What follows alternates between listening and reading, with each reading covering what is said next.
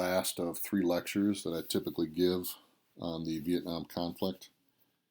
I'll be taking us from 1968 through the end of the war. I'll be beginning with the Tet Offensive. The primary resource for this lecture is your digital textbook, Chapter 16, the last 2 sections of it. But I've done a lot of reading on Vietnam over the years, so I may bring up other things as well. The Tet Offensive, the reason why I'm starting with that is it is often seen as the turning point of the Vietnam War. When you talk about a turning point with the Vietnam War, it's a little bit tricky because we've dealt with turning points in the past, and you may remember that the turning point, a definition of a turning point, is the side that was losing the war starts winning. It's a little tricky when you talk about a turning point in the Vietnam War because I don't know if the United States forces, the South Vietnamese forces, were ever winning this conflict. U.S. troops won almost every battle they participated in. I've mentioned before that U.S. troops fought as bravely and as skillfully in Vietnam as any conflict in the United States history. And they won most of the battles. They'll win the Tet Offensive. But I don't know if you could ever state that they were ever actually winning the war. The reason why the Tet Offensive is often seen as a turning point in the Vietnam War is because of how it affects the American people back home. We start to see opinions change after the Tet Offensive in terms of whether or not the United States should be involved in this conflict. So that's why it's often considered a key turning point. So I'll get to more of that in the next slide, but let me explain the Tet Offensive to you a little bit, try and enhance your knowledge of that based on what you should have read so far. First of all, Tet is the Vietnamese New Year. In the United States, we celebrate the New Year in the beginning of January. In Vietnam, they celebrate it towards the end, and it's typically a week-long celebration. In January 1968, it was supposed to be that way. A truce was declared. Both sides were not supposed to be fighting one another. Just give the people a break from the war and enjoy the holiday. But if you know anything about guerrilla conflict, right, and the Viet Cong are masters of guerrilla combat, the North Vietnamese are masters of guerrilla combat. If you know anything about guerrilla combat, it's that surprise is the key element. And what better time to wage a surprise attack than during a truce or a holiday? Now remember, there are 2 main forces U.S. troops are fighting in Vietnam. The North Vietnamese, which is the regular North Vietnamese army, which is trying to invade and spread communism to the South. And then the Viet Cong are communists in the South, South Vietnamese, who support Ho Chi Minh and North Vietnam in their efforts to unify the country. And they are masters of guerrilla warfare. And what happens during the Tet Offensive, the Tet holiday, is a lot of funerals are occurring. This is a time period of much death in the country, and so there are a lot of funerals that occur. And there are coffins shipped into South Vietnam. And within many of those coffins are weapons. And the Viet Cong, who are able to infiltrate major cities in South Vietnam, they look like average everyday people. They're a difficult enemy to identify. They are able to get their hands on these weapons. And what they carry out is a near simultaneous attack upon several major cities in South Vietnam. If you look at this map here and you see all these little red symbols, these are several cities and villages that the Viet Cong are able to attack almost simultaneously on January 30th and 31st of 1968. And one of those will be the capital of South Vietnam, which is somewhere in here, capital of South Vietnam, Saigon. And they'll capture Saigon, and they will capture a U.S. embassy there, the U.S. embassy there, and they will kill 5 Americans within that embassy. And so they experience much early success. This is a highly successful operation. However, it is ultimately a military defeat for the Viet Cong. At least that's what General William Westmoreland calls it.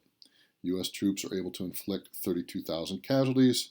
3,000 are inflicted upon us. U.S. troops are able to repel the invaders. It takes about a month to do so. The battle lasts until February 24th of 1968, but eventually U.S. troops repel the invaders and they win yet another battle in this conflict, as they did win most of them. So it's a military victory for the United States because we're defining victory as, body count, and we do repel the invader here. But it turns out to be a political victory for the Viet Cong. And let me see if I can explain that a little bit more on the next slide here. Okay, the reason why it's a political victory for the Viet Cong, the reason why it's seen as a turning point, is we see opposition to the war grow dramatically back in the United States. So it's the effect on the American home front that the Tet Offensive has that makes it considered to be the turning point. You know by now that there had been a growing, a very vocal anti-war movement in the United States in the 1960s concerning the war in Vietnam. But even up until 1968, most opinion polls showed that most Americans supported U.S. involvement in the conflict. They believed the troops should be there helping to stop the spread of communism to South Vietnam. The Tet Offensive changes that. If you haven't looked at it by now, try to look at the graph that is in your digital text that shows the history of opinion polls in the United States. And what you see in 1968 is you see it switching. Now 60% of the country is saying it's time to bring the troops home. It's time to end this war. It's gone on long enough. Even though the Tet Offensive is a military victory for these brave troops here, these brave troops pictured here in Saigon, even though it's a military victory for them, what we see from it is that the Viet Cong are still viable, meaning there is still a significant force, that they're not going away anytime soon. If they could carry this out, then they're still a formidable force. And that is in contrast to what has been said by President Johnson and General Westmoreland. They have stated several times at this point that there is a light at the end of the tunnel, that we're winning most of the battles, and that the war is almost over. And Tet seemed to indicate that indeed that was not the case. And so what is happening is a credibility gap is occurring. Now, a credibility gap, quite frankly, is distrust. It's when words don't match action. It's when people stop to trust what their leaders are saying. Okay. People weren't believing what President Johnson and General Westmoreland were saying at this point. And so we see an increase in protests occur. We see opinion polls turn. And some of that, of course, is due to the fact that U.S. casualty rates are continuing to increase. It's nice, well, militarily speaking, it is war. War is horrible. But, okay, very good. U.S. troops inflicted 32,000 casualties, but still 3,000 of our guys experienced casualties and death as well. And what is happening is more and more Americans are starting to be directly connected. They're starting to lose people they love or know, a friend or someone from their town. More and more Americans are experiencing this war directly. And, that happened during World War II, of course, as well, when there were many more troops participating. But that war was seen as a necessary conflict. And by 1968, most Americans aren't seeing Vietnam that way. Now, 1968 is a year of turmoil. If you remember, this 16.4 of your digital text focuses entirely on the year 1968. 1968 is one of the most tumultuous years in United States history. The Tet Offensive happens in January of that year. President Johnson, in March 31st, the last day of March that year, decides to not seek re-election. He goes on national TV. He starts talking about withdrawing some troops from Vietnam. And then he shocks the nation by saying, I will not seek and I shall not accept your nomination to run for president as a Democratic candidate. And this is shocking. His popularity has dropped at this point tremendously. But you have to remember in 1964, Johnson won re-election in his own right. Remember, he took over after Kennedy died in 63. And since he took over in the second half of the Kennedy presidency, he could have ran 2 more times. He runs in 64 and he wins in a landslide election, the biggest margin of victory at that point in United States history for any presidential candidate. 68, he decides to not run again as his popularity has plummeted. April of that year, arguably the greatest civil rights leader in United States history is killed. He's shot on April 4th by James Earl Ray in Memphis, Tennessee.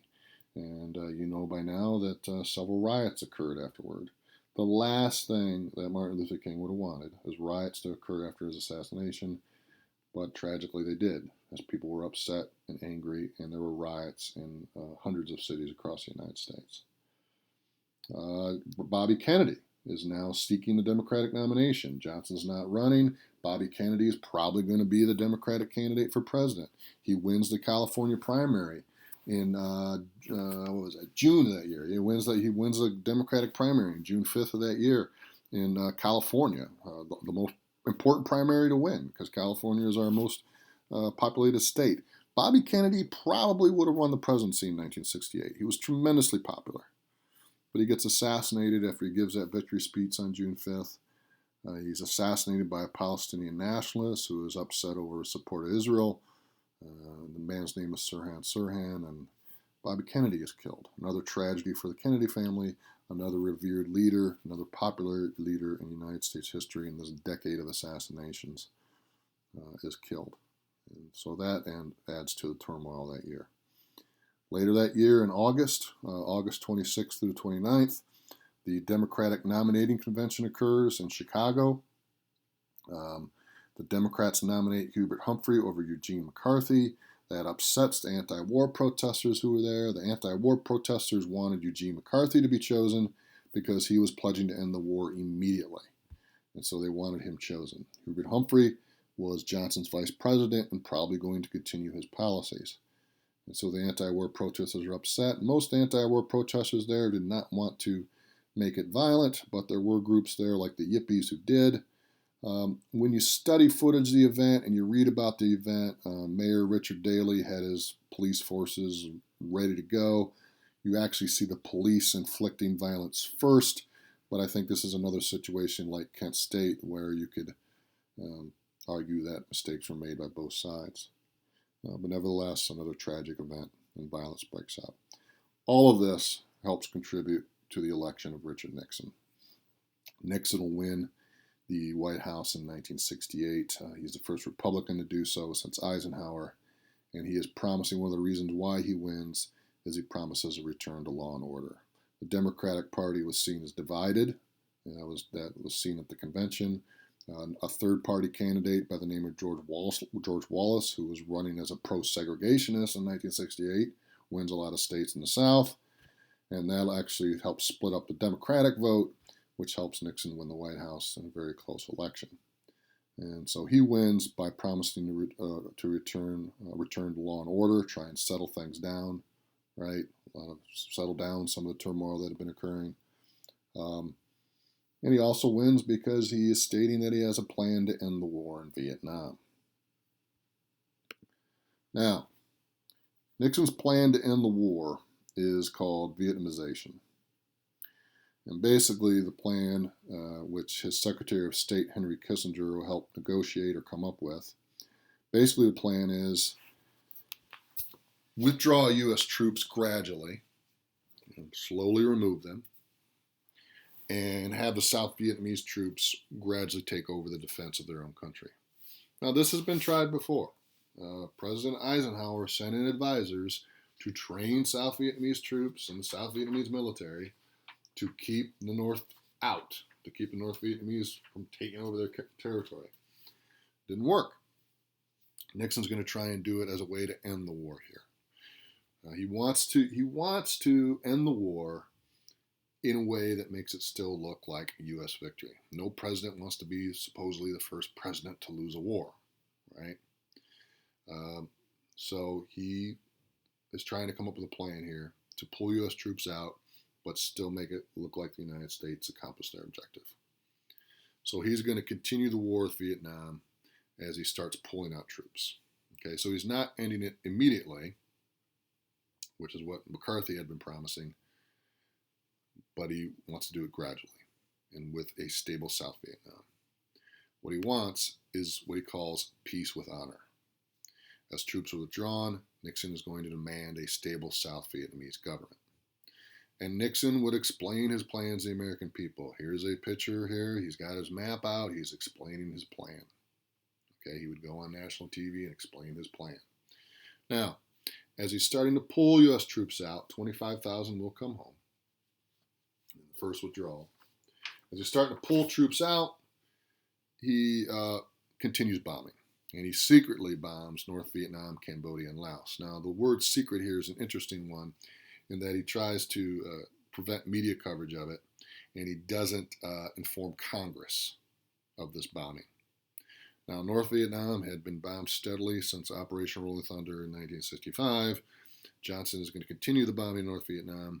And he's also going to bomb Cambodia and Laos to a greater extent than previous presidents. Now, Cambodia and Laos had been bombed somewhat already throughout the war. The United States, the Ho Chi Minh Trail comes down from North Vietnam in the Laotian and Cambodian border, right? So the Ho Chi Minh Trail goes through here, jungles and mountains and hills of this region here. And the U.S. had been bombing that pretty steadily throughout the war, okay? South Vietnamese, or the Vietnamese people would almost immediately rebuild it every time it was bombed. But nevertheless, it had been bombed quite steadily. Nixon wants to continue that. Militarily speaking, if you're trying to win the war, and you need to bomb supply routes, so it's not totally unjustified to do this. The problem is, the reason why he doesn't want it to get out is he's saying he's going to end the war, and this looks like he's broadening it. So trouble will continue on the home front because at this time period, the U.S. people also learn about the My Lai massacre. Now, you had to do a 3-level guide on the My Lai massacre, so you should know a lot about it. This is a horrific event. It does not happen when Nixon is president. It happened in March of '68. The American people find out about it when Nixon is president in November of 1969. What happens is an article appears in Life magazine and images. One of them you see here, and I hate to even show you this image, but if you look at it closely, you'll see that American troops have indiscriminately slaughtered women, children, babies, basically anyone in the village of My Lai. Just a horrific event, one of the atrocities, and there were others. There were actually several atrocities committed by American troops in this conflict, but also by the Viet Cong as well. But this is the worst one. More than 500 people are killed, including elderly women and children. And so this is going to affect support on the home front as well. The Tet Offensive that has at this point, but also the My Lai massacre, because now the people are like, what are we doing? We're killing the people we're supposed to be protecting. I thought this was a noble mission. What is this war turning our troops into? What are they becoming? And so you start to hear those protests as well. So this is going to continue to fuel people wanting the war to end. Not only does Nixon bomb Cambodia, but on April 30th of 1970, he announces an invasion of Cambodia. Now, once again, militarily speaking, going into Cambodia may make some sense because the Ho Chi Minh Trail goes there, and when troops go into Cambodia, they find supply centers, or what they call caches, of weapons that have been shipped there through the Ho Chi Minh Trail, weapons supplied by the Soviet Union, China, and North Vietnam to the Viet Cong, and American troops find a lot of them. Okay, and they're able to capture these weapons so they won't be used against them. So militarily speaking, this does make sense if you're trying to win the war and leave a stable South Vietnam. Unfortunately, once again, this is seen by protesters across the country, by many Americans, as a broadening of the conflict. You're saying you're going to end this war and you're invading Cambodia. So college students across the country will protest. And tragically for Cambodia, the U.S. invasions and bombings of that country are going to create much instability there and a cruel leadership to arise, which I'll get to later in this lecture.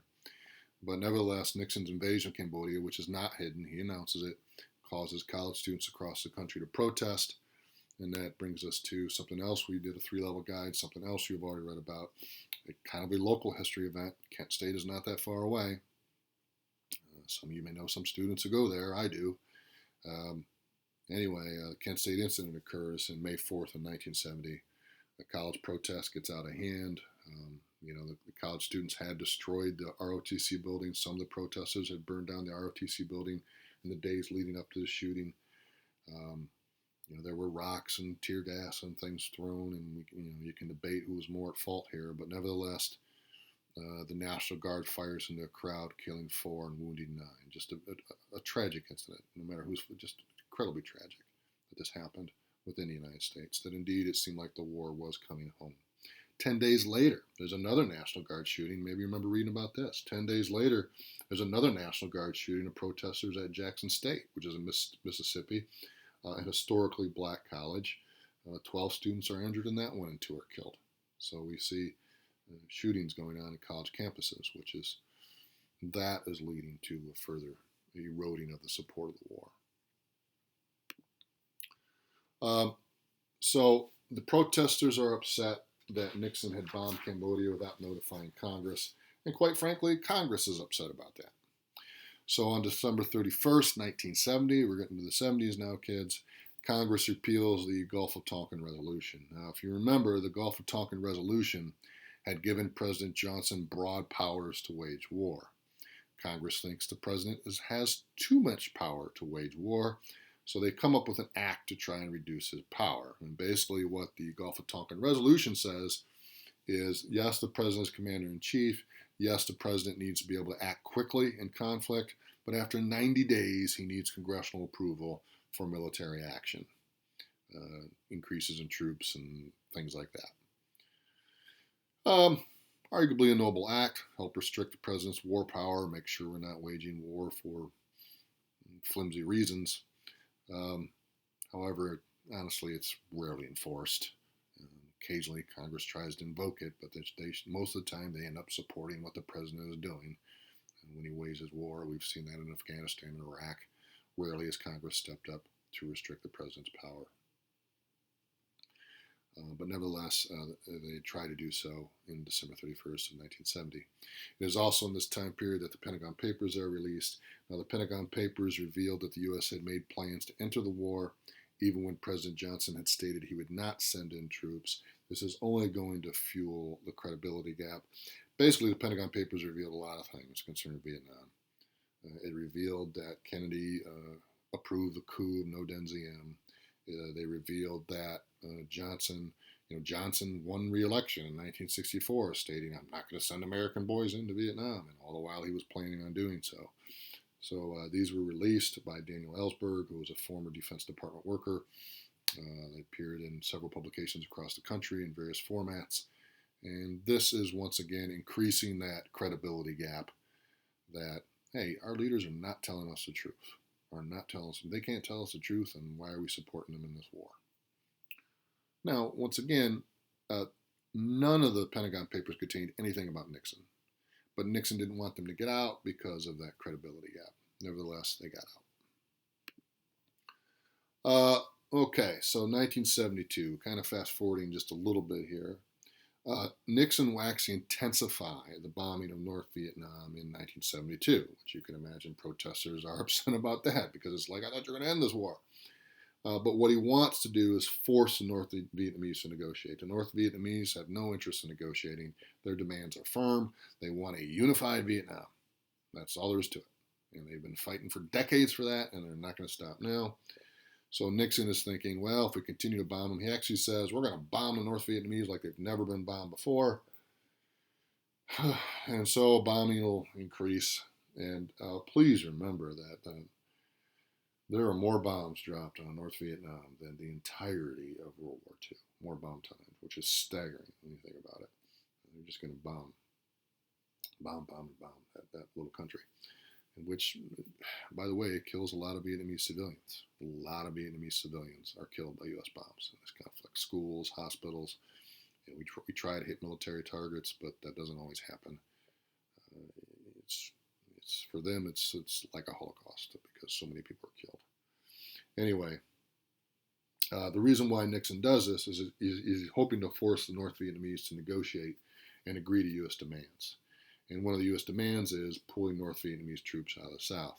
Now, the reason why Henry Kissinger will win a Nobel Peace Prize because he is the chief negotiator on this, and he spends time negotiating with leaders of the North, and will actually travel to Vietnam to do so. Actually, they go to France. I'm sorry, they go to Paris to do so. And interestingly enough, he'll announce that peace is at hand before the presidential election. Right? Hey, there's a re-election coming up. Nixon wants to get re-elected. Vietnam War is not popular. Hey, we're having these talks. Peace is close. Nixon wins the 1972 election. So Nixon wins re-election in 1972, and as a Christmas present to North Vietnam, he unleashes what come to be known as the Christmas bombings. Basically, what happens in December of that year are 11 straight days of bombing in North Vietnam. The only day that the bombing is halted is on Christmas Day. Basically, negotiations had failed at this point. And the reason why they had failed is Nguyen Van Thu, who was the South Vietnamese president at the time, does not like the idea of North Vietnamese troops being left in South Vietnam. The U.S. seems to be backing off on that demand, and that scares him. And so the talks fail, and Nixon is like, bomb them again. And it is at this point that the war is getting increasingly unpopular, and more congressmen are calling for it to end, and now there are pleas from around the world to end it. The U.S. never really had a strong coalition in this war. There were troops from Australia and a couple other countries, but they never had a strong coalition. British troops, French troops, they weren't involved in this. So you have major capitals around the world, Moscow, Beijing, Paris, London, all calling for an end to the war. Enough is enough. Now, of course, Moscow and Beijing, Soviet Union and China had been supplying the North, but nevertheless, there are calls for the war to end.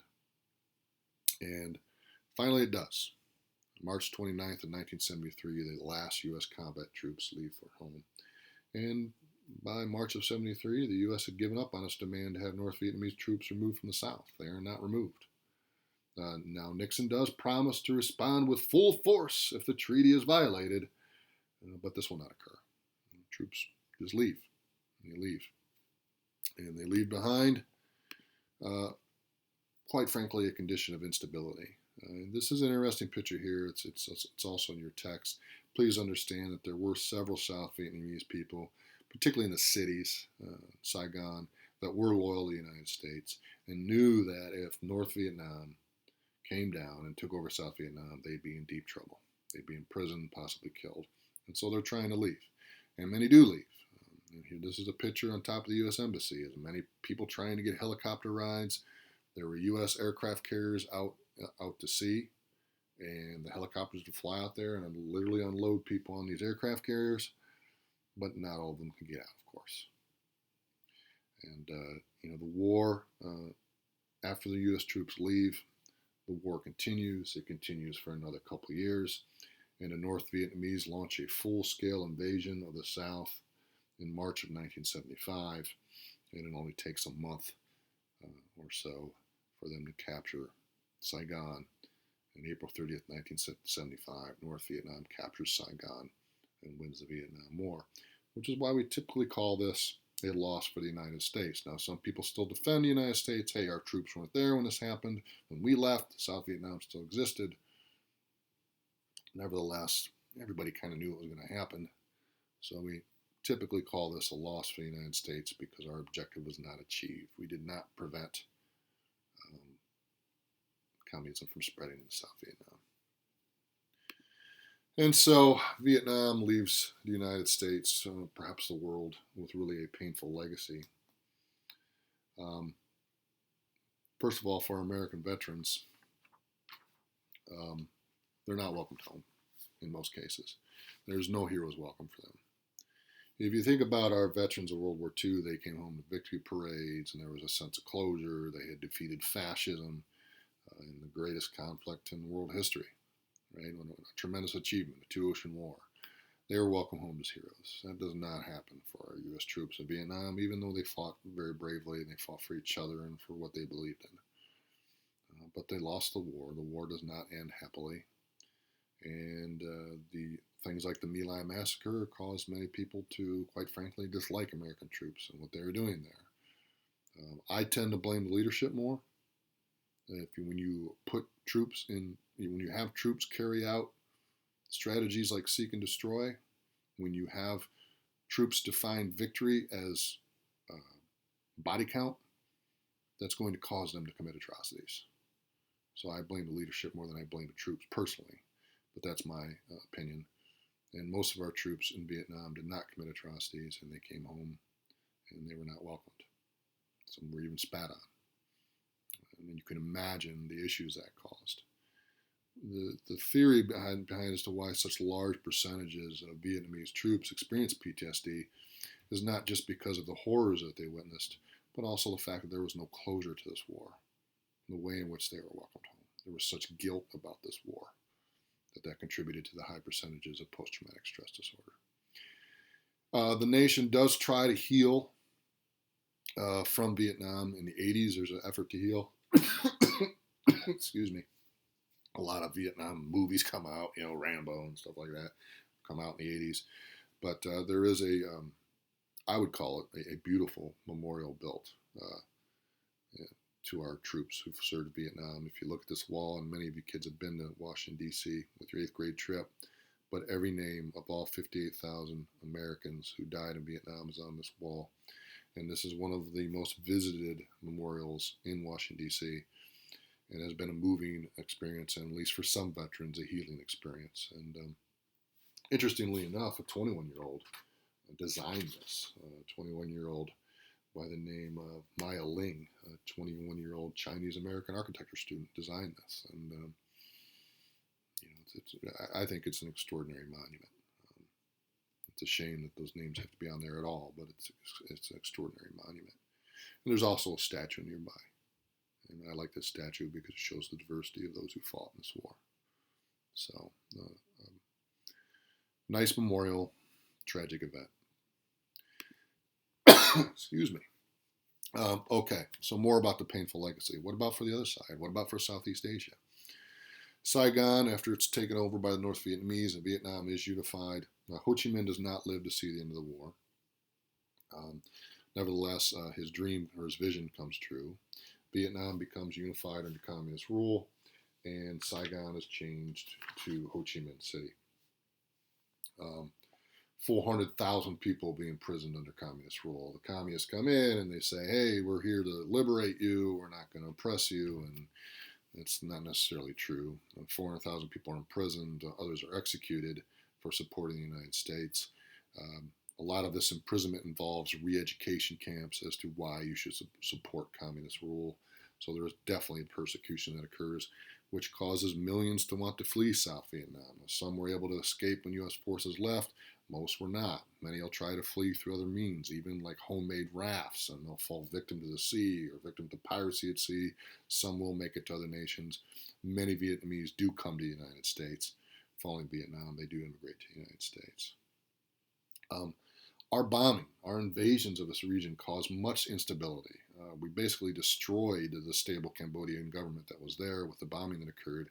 And communists come to power in Cambodia, and they are very cruel. The Khmer Rouge is the name of the group, and they are led by a man named Pol Pot, and they rule cruelly in Cambodia. They basically they carry out a genocide there. They kill millions of people.